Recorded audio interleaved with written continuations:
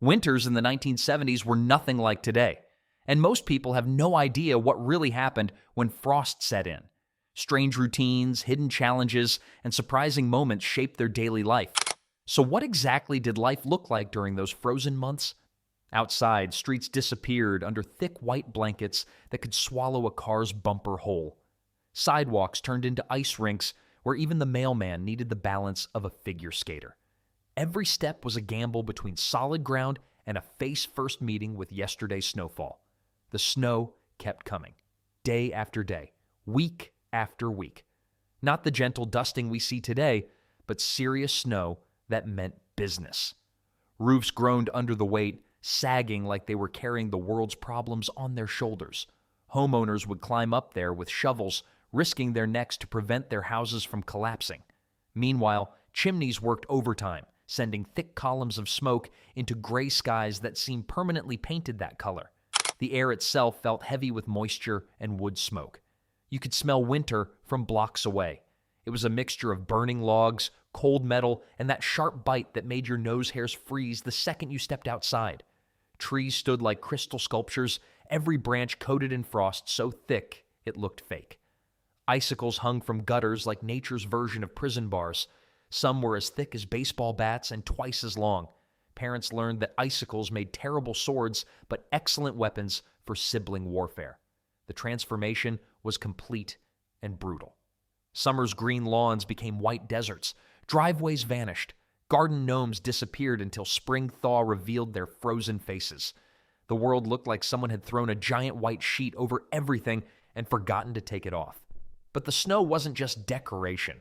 It changed how people moved, how they thought, how they planned their entire day. A trip to the grocery store required military-level logistics. You couldn't just hop in the car and drive. Every journey became an expedition with backup plans and emergency supplies. As a result, people walked differently in this white world. Slow, deliberate steps, arms out for balance, eyes constantly scanning for patches of ice that could send them sprawling. The sidewalks turned everyone into amateur tightrope walkers, except the rope was invisible and the ground was hard. The silence was different too. Snow absorbed sound like a thick blanket, muffling car engines and footsteps until the world felt hushed and distant. Voices seemed to come from miles away, even when someone was standing right next to you. It was like living inside a snow globe that someone had shaken and then put on mute. Well, this frozen wasteland wasn't going to stop everyone from having fun. While adults worried about frozen pipes and heating bills, kids saw something completely different. They saw the greatest playground ever built. Children burst out of houses like explorers discovering new continents. Bundled in so many layers, they claimed the white world as their kingdom. Wool coats that scratched against necks, mittens connected by strings that ran through coat sleeves because losing gloves was practically guaranteed. Scarves wrapped so tight around faces that only their eyes peeked out, bright and eager. The cold turned their cheeks into red apples. Noses ran constantly, creating little ice mustaches that they wore like badges of honor. Steam poured from their mouths with every breath, making conversations look like tiny smoke signals. What's more, sleds became the vehicles of choice. Not the plastic things of today, but serious sleds made of wood and metal. They flew down hills at speeds that would terrify modern parents. No helmets, no safety gear, just pure trust in gravity and luck. Saucers spun kids across frozen ponds until they were so dizzy they couldn't walk straight. Snow forts popped up in every yard like medieval castles. Kids would spend entire days building walls thick enough to stop a tank. These weren't cute little snow piles either. They were engineering marvels with rooms, tunnels, and secret passages. Some forts grew so elaborate they had multiple levels and strategic viewing points for incoming snowball attacks. The snowball fights were legendary. Not the gentle tosses we see today, but serious warfare with rules, territories, and alliances that shifted faster than the weather.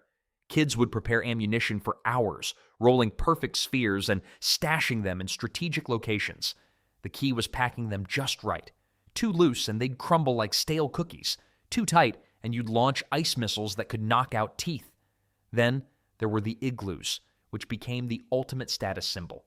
Building one required patience, skill, and enough snow to bury a small house. Kids would cut blocks with kitchen knives when parents weren't looking.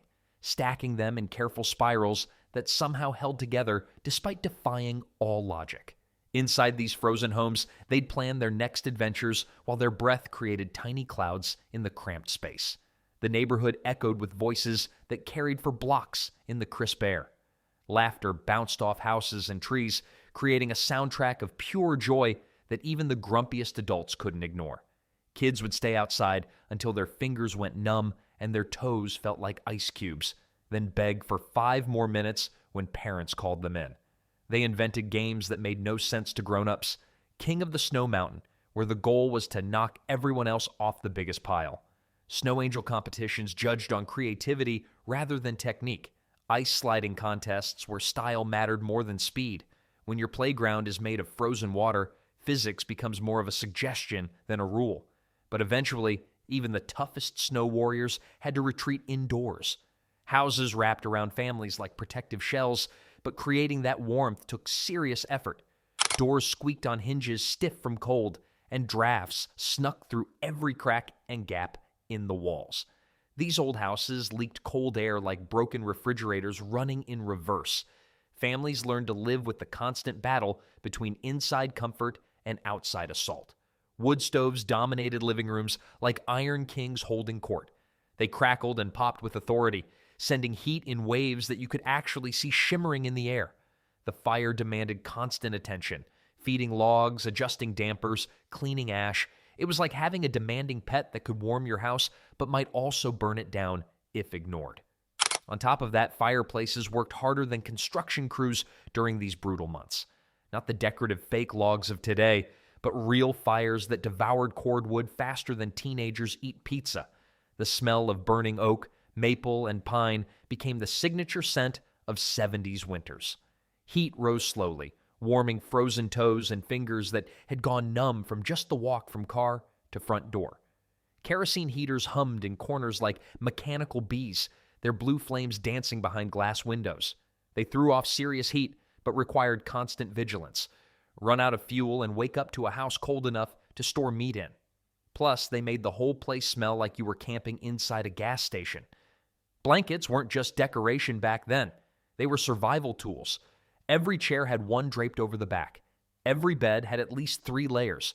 Kids would wrap themselves like tiny mummies and shuffle around the house, leaving trails of dropped blankets behind them. Naturally, the battle for the warmest spot in the house was intense. Everyone had their strategies. Some people claimed the spot right in front of the wood stove until their pants nearly caught fire.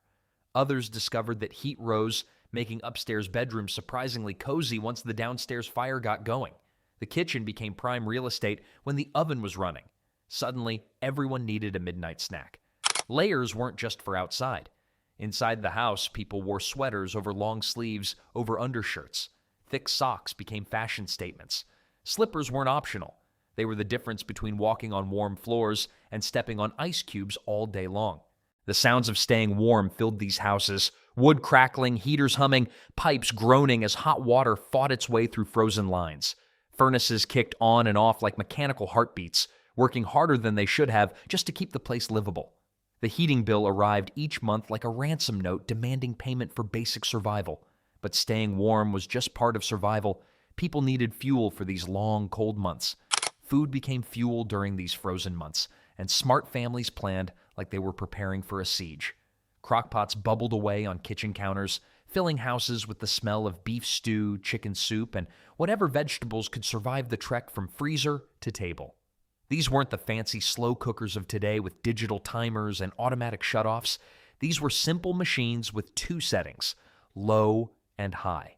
They cooked everything at the speed of melting glaciers, but nobody cared because they turned tough meat into something edible. Ovens pulled double duty as heaters and food makers. Potatoes roasted for hours, filling the kitchen with warmth and that perfect smell of crispy skin and fluffy insides. Smart cooks learned to time their baking with the coldest parts of the day. Bread went in when the house felt like an icebox and came out when everyone was ready to thaw their bones. At the same time, pantries looked like bomb shelters stocked for the end times. Canned soups lined shelves in neat rows, chicken noodle, tomato, vegetable beef, and the mysterious alphabet soup that nobody quite understood, but everyone ate. Families bought soup by the case because grocery trips were adventures nobody wanted to repeat more than necessary. Chili became the unofficial winter currency. Every family had their secret recipe, and everyone claimed theirs was the best. Competitions got heated enough to melt snow, with neighbors guarding their recipes like state secrets. Pots of chili simmered on stoves for days, getting better with each reheating and providing instant warmth for anyone brave enough to venture back inside from the frozen world outside. Hot chocolate wasn't just a drink, it was a necessity. Real hot chocolate made with milk, cocoa powder, and enough sugar to make your teeth hurt. Marshmallows floated on top like tiny life rafts in a brown sea.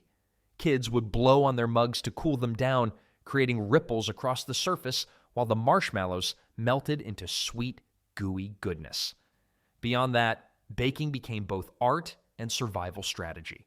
Fresh bread warmed the house and filled empty stomachs. Cookies provided instant comfort and tradable currency with neighbors. Nothing said, "Please help me dig out my driveway," like showing up with warm brownies and desperate eyes. The community spirit during winter storms was thick enough to cut with a knife. Neighbors checked on each other with casseroles and baked goods.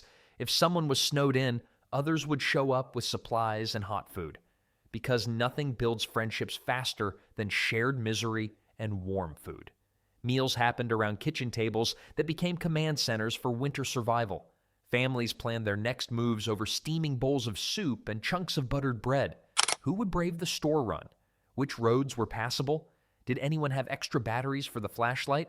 Coffee percolated on stoves all day long, providing both warmth and caffeine needed to face another day of shoveling, scraping, and general winter combat. The smell mixed with wood smoke and cooking aromas to create the signature scent of 70s winter survival. Well, all this indoor comfort was nice, but eventually everyone had to face the real enemy. Cars in the 70s weren't built for winter warfare. They were built for looking good and going fast, which meant absolutely nothing when facing 3 feet of snow. Every morning started with the same ritual. Walk outside, find your car buried like an ancient tomb, and begin the archaeological dig to uncover it. Cars looked like abstract art sculptures that someone had forgotten to finish carving. Windshields disappeared under thick blankets. Door handles vanished completely. Some people couldn't find their cars for days. The rear-wheel drive cars of the era turned into ice dancers the moment they hit slippery surfaces.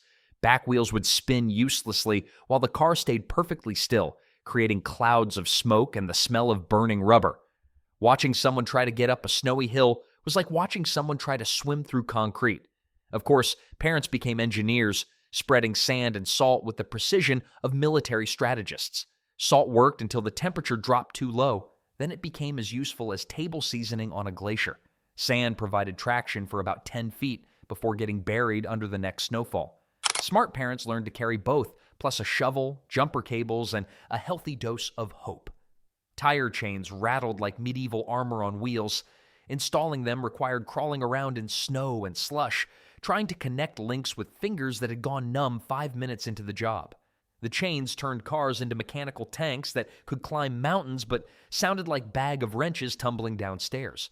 Emergency kits weren't suggestions. They were survival gear. Blankets, flares, extra food, water, and enough supplies to survive if your car decided to become your temporary home. Trunks looked like disaster preparedness displays, packed with everything needed to outlast a blizzard. Let's not forget the mail carriers who deserved medals for bravery. They trudged through snow that reached their knees, delivering letters and packages like nothing had happened. The post office motto about neither rain nor snow was taken seriously back then, even if it meant turning mail routes into Arctic expeditions. School buses became the heroes of winter roads. These yellow tanks pushed through snow that would stop regular cars dead in their tracks. Bus drivers developed supernatural skills for reading road conditions, knowing exactly when to gun it up a hill and when to take it slow around a corner. Kids learned that if the school bus could make it through a blizzard, their snow day dreams were officially dead. Road crews worked around the clock, but they were fighting a losing battle against nature's endless supply of snow. Plows would clear a street, and by the next morning, it looked like they'd never been there. Salt trucks ran out of salt. Sand piles disappeared overnight. Mother Nature was playing chess while everyone else was stuck playing checkers with broken pieces.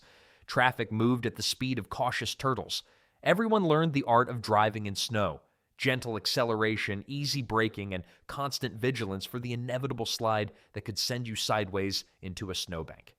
Intersections became adventure zones where stopping might mean getting stuck. But all this automotive combat was nothing compared to the daily challenge of just staying warm enough to survive. Getting dressed in the 70s winter wasn't about fashion. It was about surviving the day without losing any body parts to frostbite. Down jackets turned everyone into walking sleeping bags. These weren't the slim, technical jackets of today. They were puffy monsters that made people look like they'd been inflated with a bicycle pump. Kids couldn't put their arms down at their sides, walking around like tiny sumo wrestlers exploring a frozen planet. Layering became an art form that would make an onion jealous. Long underwear under regular clothes, under sweaters, under coats. Thick scarves wrapped around necks so many times they looked like fabric turtles. Wool socks inside boots that were already lined with whatever material promised to keep toes from turning into ice cubes. Even so, moon boots were the official footwear of winter survival. These massive insulated boots made everyone look like they were preparing for a lunar landing. They were about as graceful as wearing scuba flippers on dry land, but they kept toes warm enough to actually feel them at the end of the day. The mitten inside glove strategy was pure genius, born from desperation.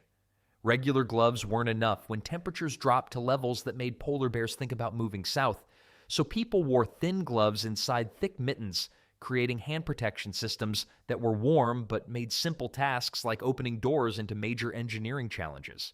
However, bread bags became the secret weapon of winter warriors.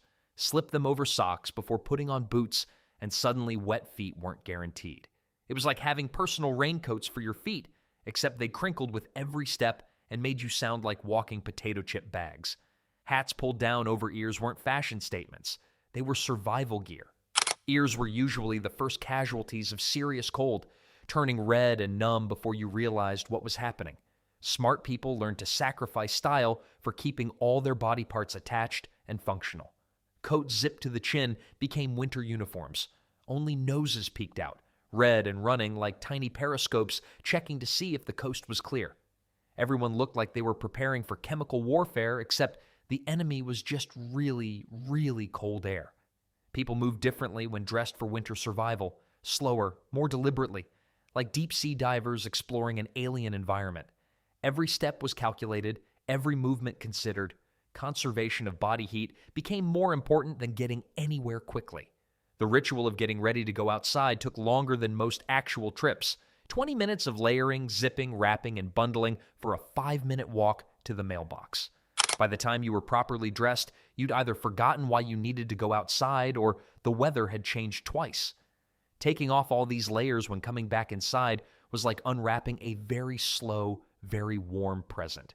Coats, scarves, hats, gloves, boots, everything came off in reverse order, creating piles of winter gear that took over entire entryways. But despite all the challenges, the battles with snow, ice, and bone-chilling cold, these winters created something that's harder to find today. A shared experience that brought people together, made them tougher, and gave them stories they'd tell for the rest of their lives.